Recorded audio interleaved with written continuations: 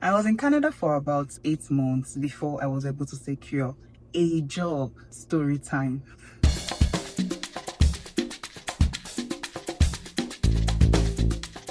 Before I begin my story, I need to make a disclaimer. Disclaimer, please, this is my own story. I am not in any way making this video to discourage anybody. If Canada is in your list to come to, please come to Canada. Do not feel discouraged. If you want to come study in Canada, please come study in Canada. This is my own story. I am just making this story to share my own experience and most importantly to document my own Canadian journey. Do you understand? So please take note of that. Now let's get right into my story. I arrived Canada August 26th, 2024 as an international student. Back in my home country, I had a lot of expectations. I had a lot of deadlines I drew for myself, when to get a job, how much I'm going to save in 6 months, those kind of things. So I already calculated how many hours I'm going to work while I'm in school, how many hours I'm going to work during holiday. You get what I mean? To save money. Funny enough, not to save money for my, to pay my school fees because my parents already paid everything. Like my parents paid everything, right?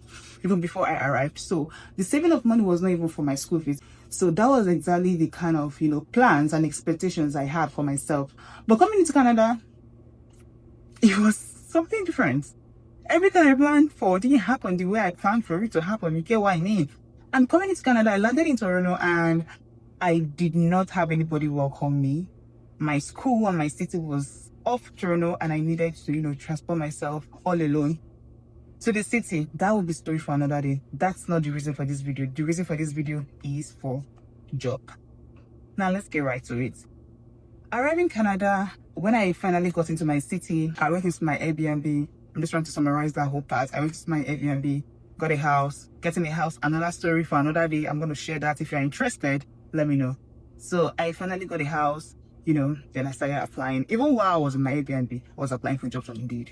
Yes, I was. My school resumed, I think September 5th or thereabouts, 2024, if I remember. So my school resumed. I resumed school. I started making friends. And normally I'm not a friendly person. That's one thing Canada is going to teach you. You have to speak up. You have to be open-minded. I was never that person. I was never a friendly person.